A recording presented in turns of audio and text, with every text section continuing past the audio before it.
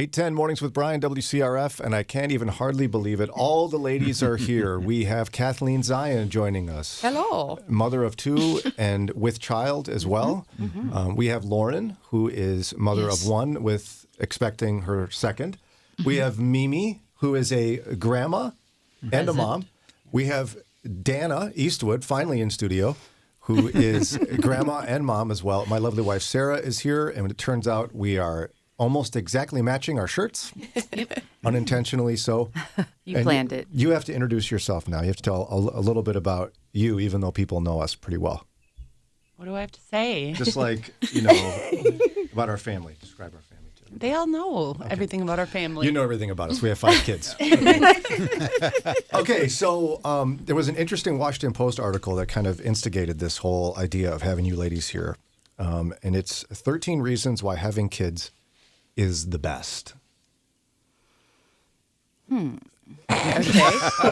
Silence. So here's how it starts. It says, people love to tell expecting or new parents that their lives are going to be miserable. Reason Magazine senior editor Elizabeth Nolan Brown tweeted. A reckoning with the hardest parts of motherhood, she argued, has become a dire overcorrection. Parenting needs better PR. I agree. Sorry. You agree with that, Kathleen? Yes. Okay, why? So the people at my church just threw me a sprinkle, and What's a a sprinkle is like a shower, but a little bit less. Because you don't need as much stuff. Yeah, I don't need as much stuff since it's the third. And it was really sweet because the pastor's wife said like a few words about being a mother, and it kind of hit me while she was talking. She was talking about like finding joy and being present and all those things that are really difficult to do. And as I was scrolling through Instagram, it hit me that I was like, everything that pops up about motherhood is negative on Instagram. It's like, but they're funny. There are funny things, but it's like, getting ready to get out the door and how difficult it is. And yes, that's true, but also we can make a joyful twist on it. Or like yesterday I was at my parents' house and I had my son in the car and he didn't want to leave and he was screaming and kicking and fighting. And I just shut the door and I said, it's a season. But like a couple months ago, that would have like sent me over the edge and like given me a lot of anxiety. And now I'm like, you know what? It's just a season. There's going to be a few years. He's not going to want to even be with me at all. So it's nice that he wants to be here. So that's nice. Okay. Anyway. Mimi, do you think that parenting needs better PR? That people are just being told they're going to be miserable? I kind of agree with Kathleen. I feel like a lot of the experiences that are worth holding on to, like good memories, are the ones that you hold on to. Like people are more vocal when it's something that they don't like. People are louder when they want to complain about something. Yeah, but when you're enjoying the moment, you're taking it in. So you're not as, like you're not speaking up about it per se as much. And I think maybe those are the moments where we need to share it the most.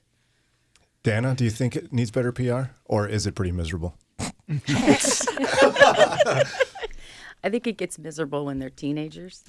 But for the most part, I agree with Kathleen. You don't have to. I do. I love being a mom. I love it, love it. Always wanted to be a mom. And I love being a grandma even more. So I just love it. Sarah, what about you? I'm going to be the one that disagrees. Great. Good. That's my girl. I think the reality of it needs better PR and finding the joy in that, like it's a season. I think the PR that they're getting is the falsehood. Like you guys were talking about social media and the crafted, I'm doing this, and then not talking about the struggle that comes with that joy. And I think, you shouldn't become a parent if you don't absolutely want to, because it is a lot of work and it is trying. So, and not to think that it's going to make your life better. Yeah, or define like your whole existence. Like it's Did you all know it was going to be as hard as it is? I mean, let's talk about the reality for a minute. Kathleen, we'll go back to you. Is motherhood as hard as you thought it'd be? No, it's harder. It's way harder. I nannied for a while when I lived in Chicago and then here. And the kids, so I used to nanny actually for Hannah Knits. And her son she'd be like, put him down at 10, wake him up at 12. Like I would swaddle him, lay him down. He'd just shut his eyes. Then at noon, he would wake up. And I was like, this is what it is to be a mom. And then in between, I could do all the other stuff that I needed to do. And then I had my son, and he was colicky, and he wouldn't nurse. And I was like, what's wrong with me? Like, I don't know what I'm doing. Everything was fine with Hannah's kid. Like, my child's broken, you know? And then you carry on those stressors of like throughout the night. Oh my gosh, they actually slept through the night. Is he okay? Is everything fine? I got to go in and put my finger under his nose, make sure he's breathing, you know? And you don't think about those things when you're like, oh, I want to be a mom. You don't think like, oh, I can't see my kid at the playground. My first thought is he's gone, you know, not, oh, he's talking to a new friend, you know? So it's a lot harder, and it makes me more appreciative of my mom because I had no idea. When she'd be like, why didn't you text me back? Be like, chill out. I was at my friend's house. Right. Well, I Right. didn't know where you were, you know? So now, Dana, you said you loved being a mom. You always wanted to be a mom. Always. So how do you reconcile that with all the challenges? I mean, teenagers are hard. Babies are exhausting. I'm harder. I can do it. It's a lot of work, a lot of blood, sweat, and tears.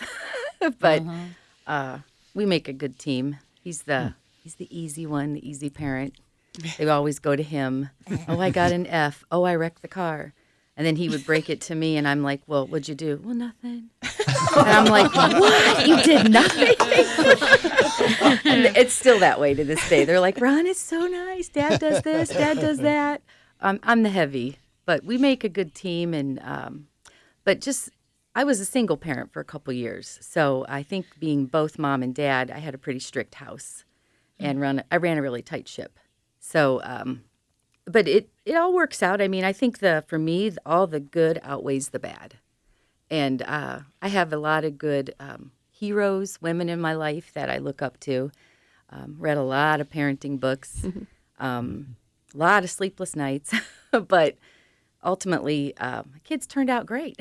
So I did okay. Well, and see, we have to take a break, or your husband, Mimi, will get mad at me. Oh, right, you will. But the way you all describe it, I think on the surface it sounds awful. You know, sleepless nights, tears, blood, sweat, all those things. But it sounds to me like the joy is what comes out of the pain. Definitely overweighs it. I love it. To this day, I love when my boys come home, and they're coming home in a couple weeks. And it's just like I know that's what I was meant to be as a mom. And that's just always what I strive to be the best at as a mom. Yeah, and I think it's hard to communicate to people. It really is. I don't have a word for it. I love it. Well, and that pain brings joy. Pain I don't think does people want that and to growth, be true. And pain brings growth. Yeah. When you have other kids, then you're kind of like, oh, I know that didn't work with him, but I'll try it with her. You know, so, but you know that, I'm sure. It's 8:18. We have to take a break, or I'll get in trouble from Mimi's husband, Josh. When we come back from this break, though, we'll continue with our mom panel, talking about all things motherhood, whether or not moms need better PR in terms of... It's 8:20. You're listening to the Moms Panel here on Moody Radio Cleveland.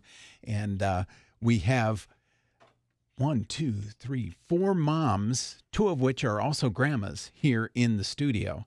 And we'll be going back to them in just a moment as we are ready to return our discussion. So much going on off air that we have to get back on air. Well, that's right. I have a job. I forgot. I was so captivated by the women in the studio. I don't blame you. I wasn't focused well on my job. And since my boss's wife is next to me, I can do whatever I want. Right. That's right. That's right.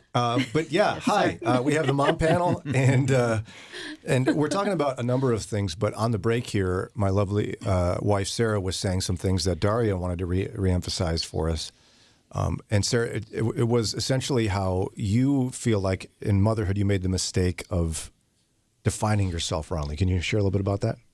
Well, yeah. I mean, when we were first married, Christian couple, it's, get married. I always wanted to get married and have children. I wanted to be a wife and mother.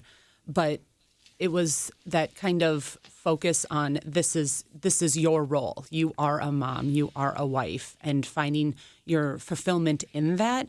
To to be totally honest, I think that's one reason why we ended up with 5 kids was because it was like, okay, I'm doing this. I need to get this fulfillment. How much more can I fill my life? And I struggled a lot after we were done having kids, and they were, going to school, and it's like, okay, now what? Because I know moms, we struggle with, am I a good mom? And it's, I don't know, kind of, I don't want to say wrong, but to say, oh, I'm a good mom. But I do think I am a good mom. And, but I wasn't fulfilled by that. And I now have a career and I absolutely love it. And I wish I would have had someone speak into me early on that it's okay to be fulfilled outside of the home and to have more to your life than just being a mom. And I don't mean just being a mom, but you guys know what I mean. I'm actually curious what the other moms think of her thoughts on that. Anyone want to jump in? Well, I can attest to the fact that you are a good mom, Sarah. Thank you. I know all your kids, and they're very well behaved. They're very respectful of others, and that's not something that you see in a large family when it comes to like the younger kids. We have amazing kids. Our kids are You awesome. do. Now, did any of the rest of you struggle with identity in terms of like when you start having kids, I like did. who am I? You did, Kathleen? Oh, huge. It was huge. Yes, I had Tell no us more. idea. I'm a very spontaneous, active. I always want to like be socializing and go out, and having a kid kind of halts all those things because now your schedule revolves around their schedule, and so all of a sudden, all of the things that I felt I was had no value anymore. And all of the value was then, how's your son? How's he doing? How's he sleeping through the night? And I'm like, I'm here. Like, I still want to have friends. I still want to go out. And then we were hit with the pandemic, which was even more difficult, I felt, because then I literally could not get out of my house, and I had no visitors because no one wanted to come over because of the pandemic. So then it was more isolating. And because we were so isolated, I got pregnant again. And so,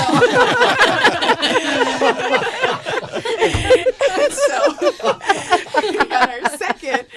And with Finley came a lot of postpartum depression and anxiety. And I've been medicated. I've been open about my anxiety on the show in previous years, but all of a sudden when you become a mom, your brain literally scientifically changes. And something in my brain no longer was being affected by the medicine that I was taking. And I was spiraling. I could go on, and I won't. But I had to seek, medical help. I had to go to counseling and all of these things.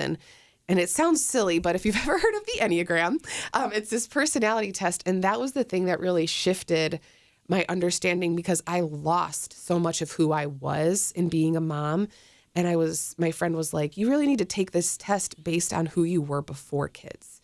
And it hit me. I was like, I don't even know who I was 2 years ago, because that person is gone. And they're like, no, it's not gone. You've just lost that part of you because you've been so focused on children.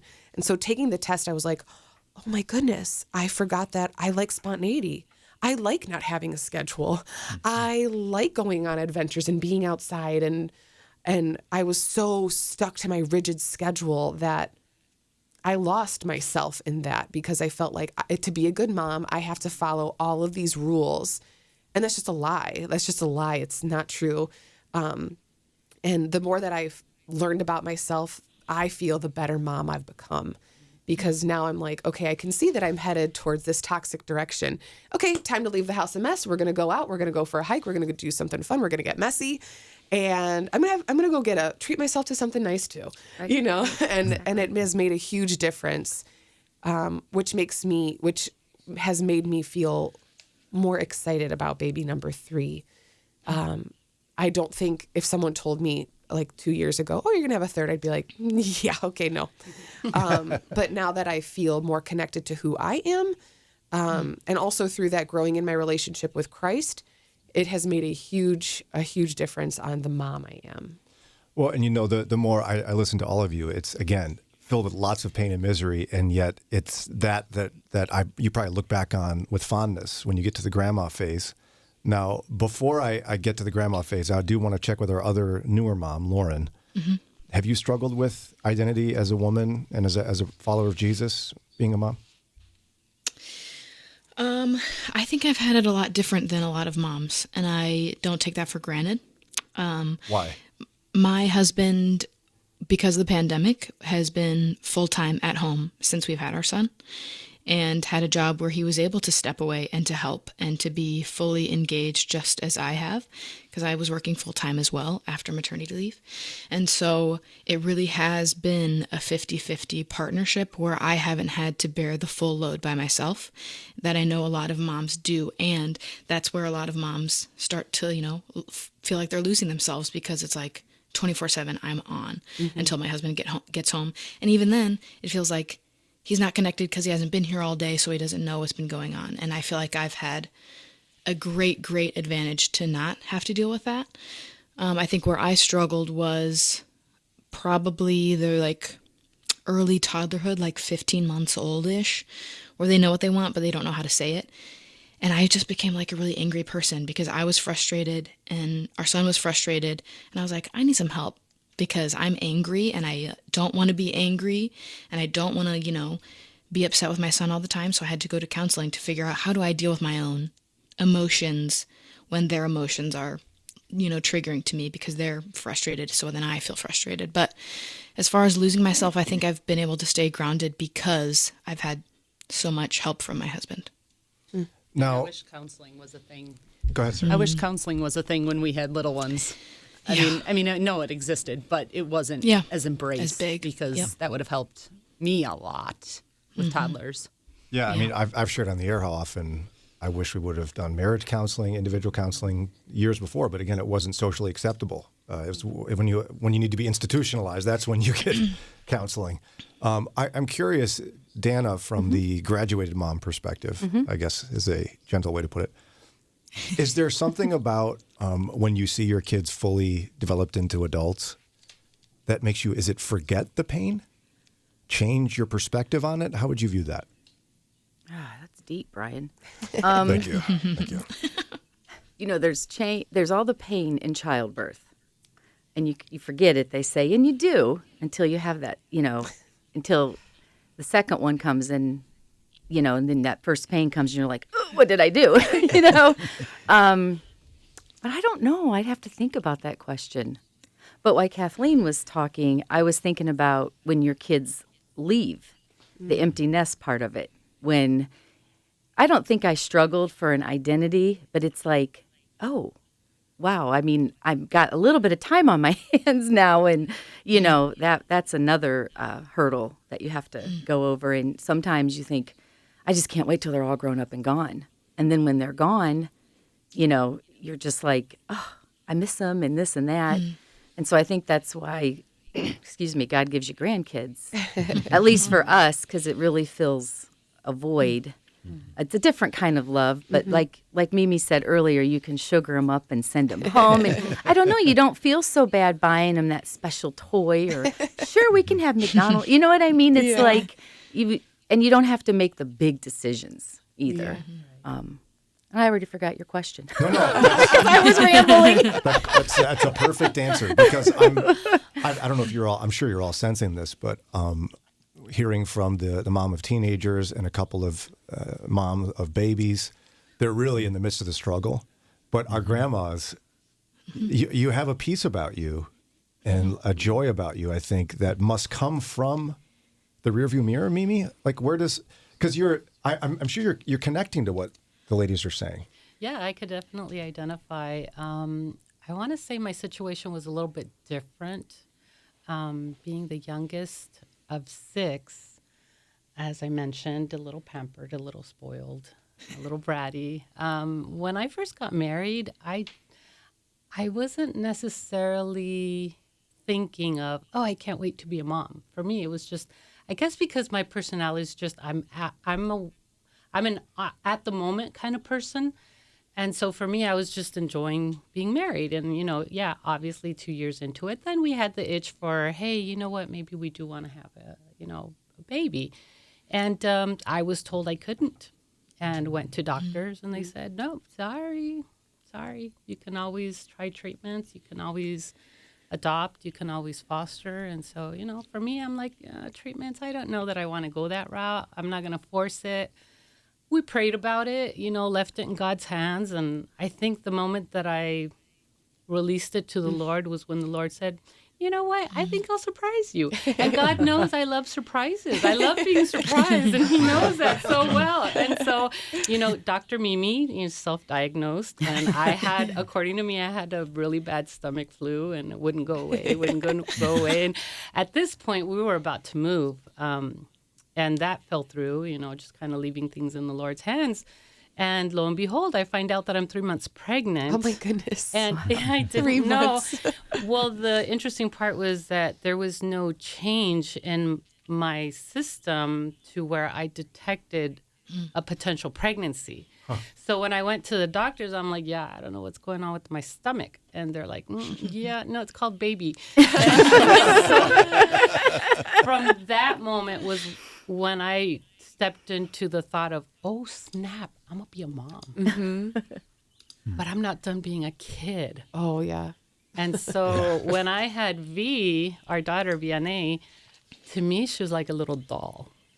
You know, I'm like, oh, God's special gift for me. And, you know, a little girl, which, by the way, they told us it was going to be a boy. So she came home to a blue room with all sports theme. And, Oh, no. Right.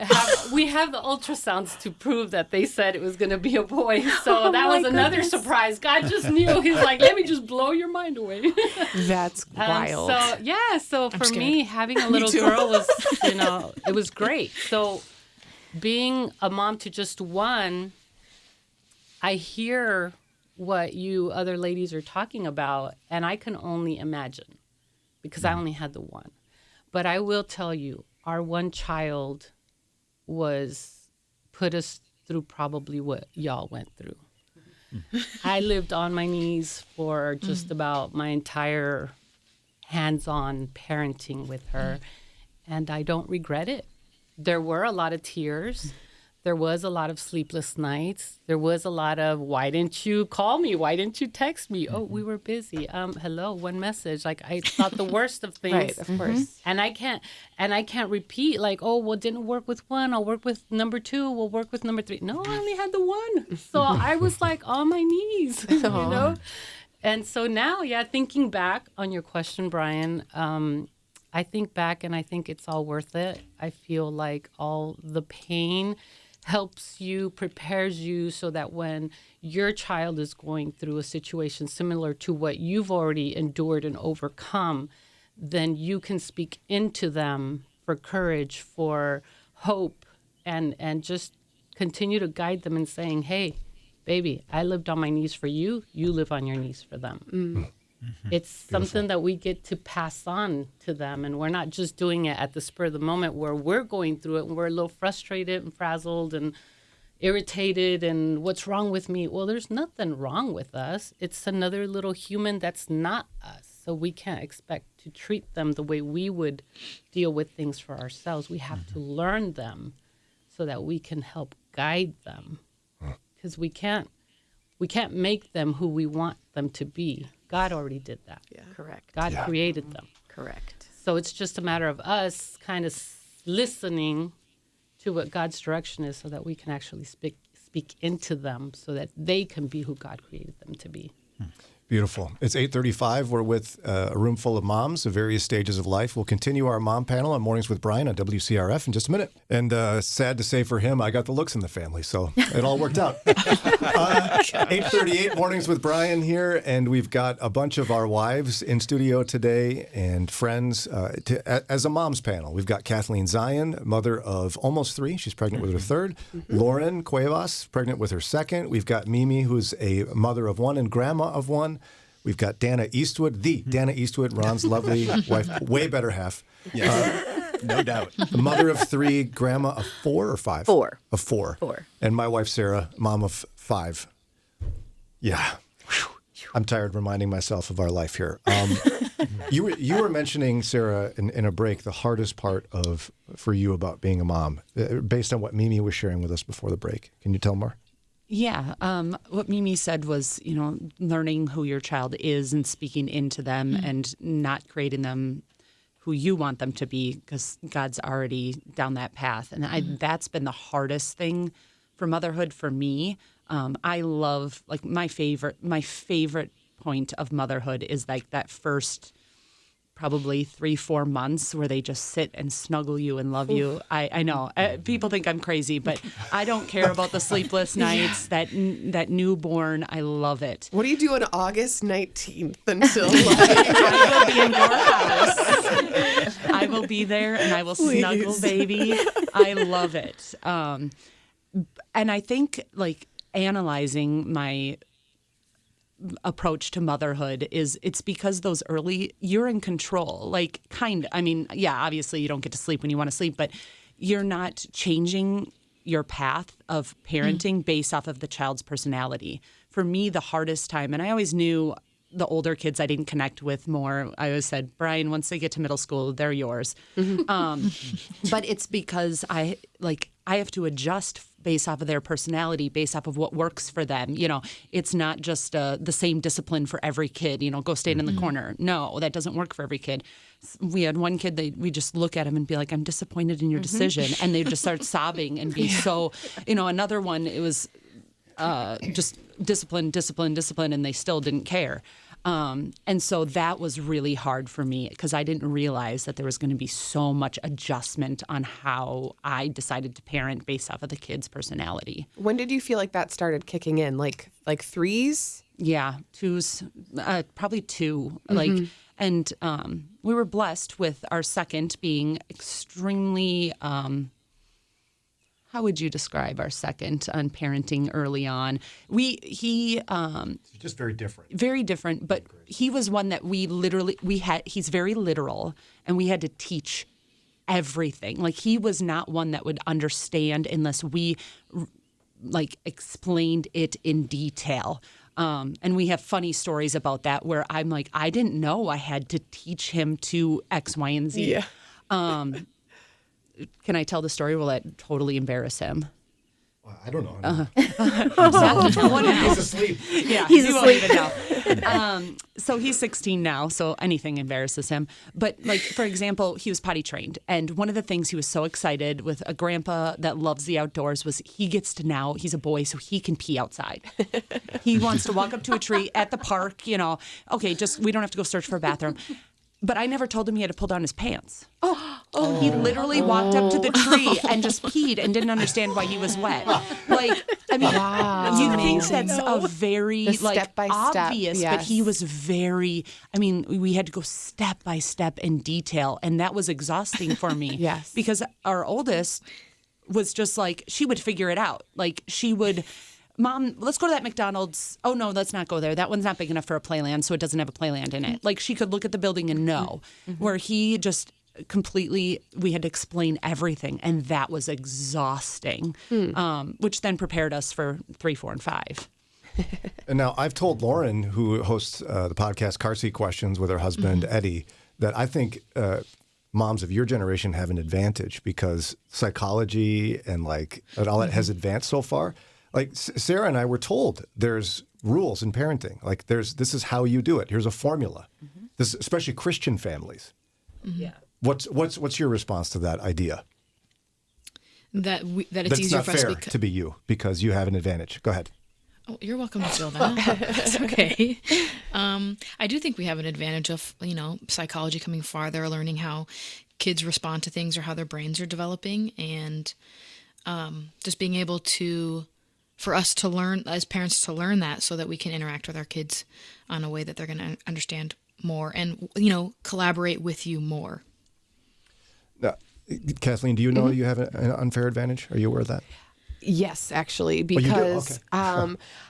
because actually, as we were talking about limiting your social media, I do follow a lot of doctors and psychologists and behavioral therapists and things like that where and it's funny because I actually am really enjoying figuring out how to teach the kids differently because my oldest is literal.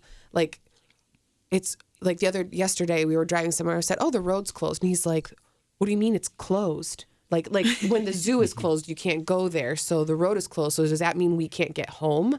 You know, like these literal steps." And then meanwhile, my other son, let's go wherever. I'll go with it. I'm down. You know, and I think but then discipline too is like totally different for both of them. Everett, I can look at him and usually he'll snap back to it. Finley, we're still figuring it out. Like every day I'm like, I thought I had this figured out yesterday. And I like that because of social media, they give you different tips and ideas based on different children.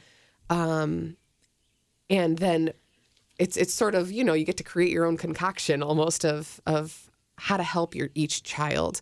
But like, I know you guys didn't have access like we do now, where I can literally go, oh yeah, what am I supposed to do for scheduling naps and all that stuff? Let me go find so-and-so on Instagram. We had to buy a book. Wake Right. windows. Well, It's just and on then Instagram. the book, like there's some parenting stuff that that Brian just became more aware of due to a documentary that was just released. You can say we talked about it. Oh, We talked okay, about we it. did talk.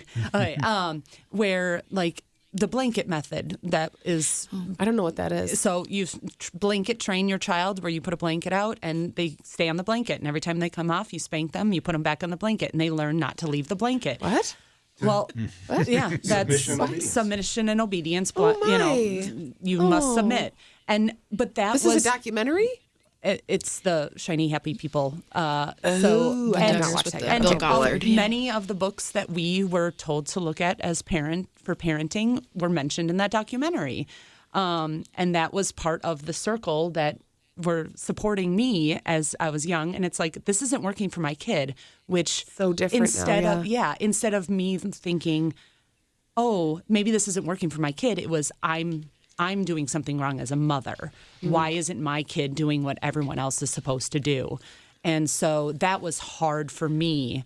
I wish I would have had, you know, other outside influences on, like, this is one of the blessings I think that does come out of social media is I do follow a lot of gentle parenting people where I'm like, oh my gosh, if I would have known, that would have made such a difference, not just for the kid, but for me, because it would have given me peace on how I was raising the kid for them. Or like an understanding of why my kid is acting like this and why in the middle of a tantrum I can't ration with them. Oh, there's like a literal brain Yeah. psychology happening instead of being like, what is wrong with my kid? Why is he screaming? Well, he's doing exactly what he's supposed to be doing. You know, so that gives me peace rather than thinking, oh my goodness, my kid is going crazy. I'm not a good mom. I don't know how to control my child. It's not about you controlling your child. They're trying to experience these new emotions that they've never experienced before, and you're just there to guide them through that. And yet, in the context where we raised are still raising our kids, the implication was that was our fault. Sure. Yeah, that's hard. That's a lot of burden to bear. And we've had a lot of conversations with our oldest three, since there is an age gap between our oldest three and our younger two, of we're parenting them different. And it's like, we've learned a lot, and they have a difficulty with, but this is how you raised us and look how we turned out. And I'm like, you guys are great, but I think there's a better way. And yes, we don't know how they're going to turn out. We don't know if this is the right way, quote unquote right way, but we feel more at peace about this. And we feel like having these conversations with you and with them, we can do things differently. All right, we have to take a quick break or I'll get in trouble from Mimi's husband. And we're going to wrap up our mom panel. Still much more to discuss and a few more minutes to do it here on WCRF Mornings with Brian.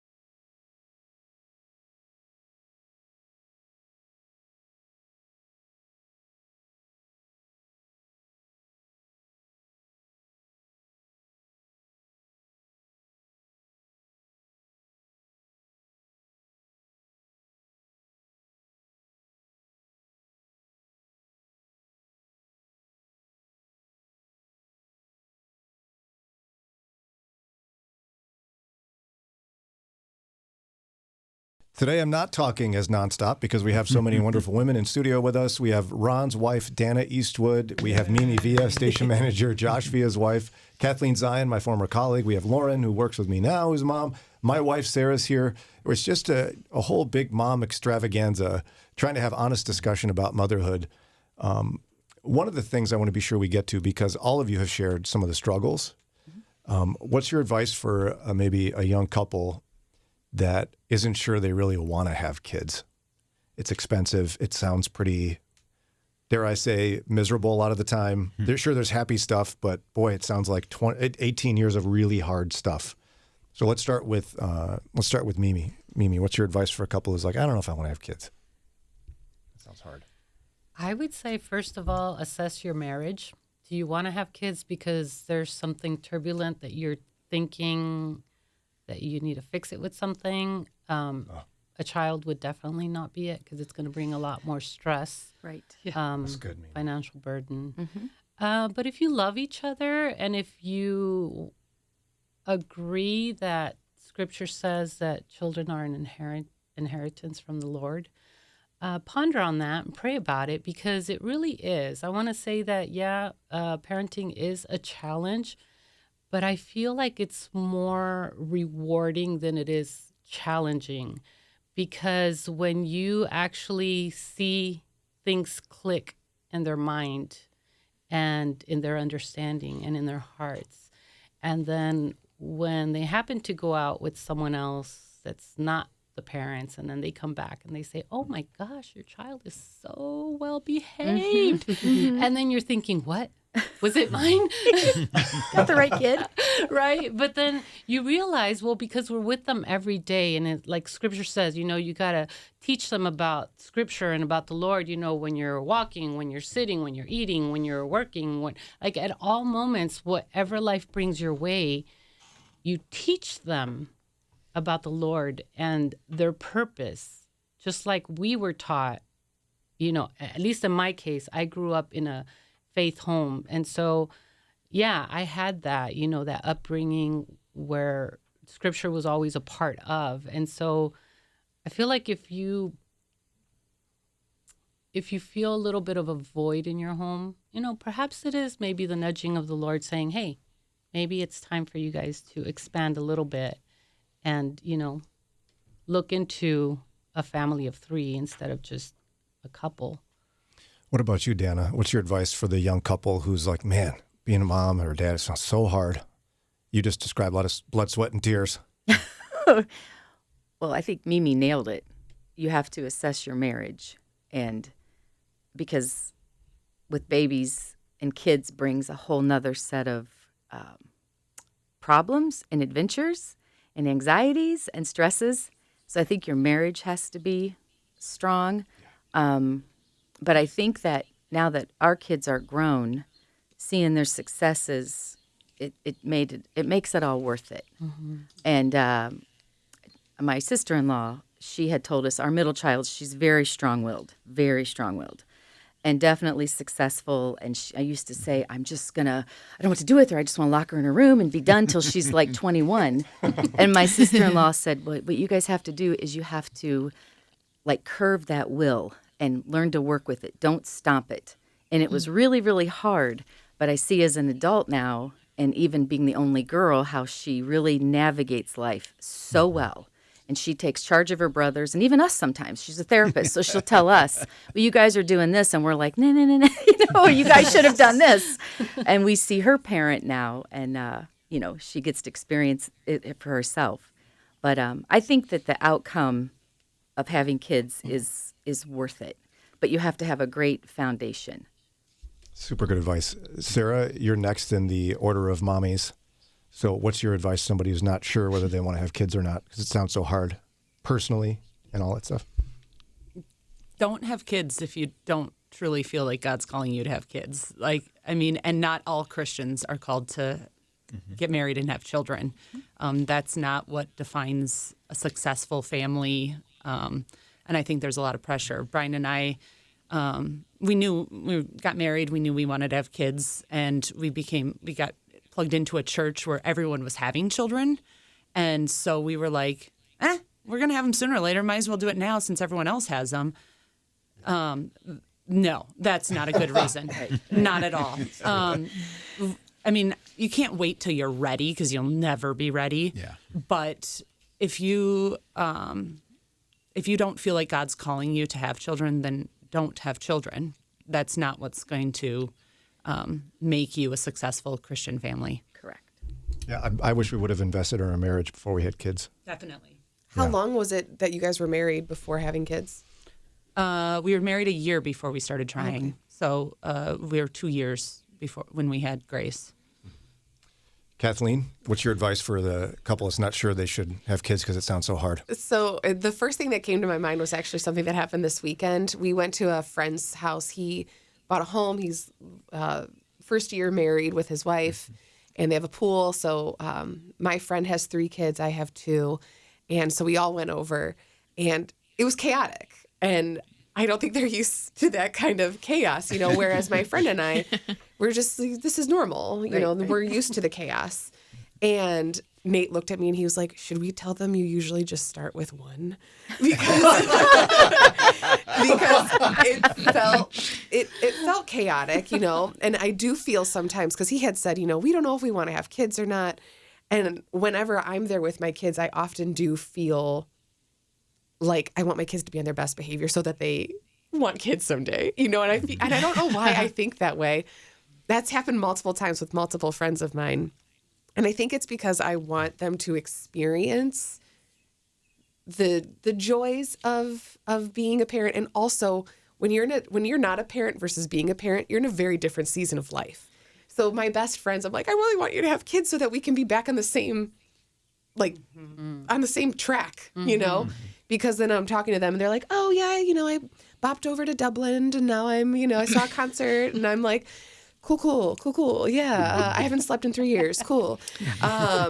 So I think what I would say to people who are like, I'm not sure if I want to have kids, certainly analyze your relationship with your spouse. Are you in a place where you'll have help? Are you in a place where you can, find a babysitter? How are you financially? There's a lot of things to think through. But then also to know that you're going to just most likely start with 1 and let it be that, rather than thinking the long term. I tend to be one of those people who's like, if I have 1, then I'm going to have 7, then I'm never going to leave. Then I'm going to, and it's like, just take the right next step. Wow. And whatever the right next step is, pray about it, take it, do it, and be confident moving forward. Mm-hmm. Lauren, our youngest mom, or I don't know if you're the youngest, but you have the least number of. No, that's not true either. I think I'm the youngest and also the least amount of children. I would say I would rather you regret not having children than regret having children. Oh, wow. So take your time and think about it and make sure that it's what you want. And like everyone else has said, make sure your marriage is in a good spot and you're financially able to do that. And it's not going to cause more stress or break up your family and relationship more. Though, Lauren, I completely agree with you on you'd rather regret not having children than having children. However, one of the factors that played a decision in us having more children was we had met many people that wanted more and look back and were sad that they didn't. But we had never met anyone that wished they had less. That's what someone recently said to me. They said, I have only met people who regret not having more. Yes. So that's why we just were like, okay, God. I mean, after our 5th, I was like, yeah, I'm done. I knew it was completely, which on one of I think we had been dating 5 months, and we went out with a family for holiday, and we saw Cheaper by the Dozen, the remake. And both of us, we weren't even engaged yet. Both of us looked at each other and were like, yeah, that's what we want. I mean, pure chaos. I mean, mass chaos. And I love chaos in our house. When we have 15 to 20 kids over and they're all hanging out, I love it. But that was kind of our decision was we did not, both of our parents, the wife wanted more children and our fathers did not. And you could see a sadness, and we were like, nope, we're going to keep going until both of us feel like we are done. Well, I hate to do this, but Linda from Cleveland texted, oh no, we're running out of time. Please have them all back soon. Ladies, I can't thank you enough for pausing your busy schedules to give some advice this morning. Thank you all. Thank you. You're welcome. And Dana, you better come back I'll and talk come about back. Ron. I'll come back and talk about Ron. Okay, good. I promise I'll come back. All right, but with that, we have to leave so I don't get in trouble. And JD Greer wants to preach to you, so take a listen.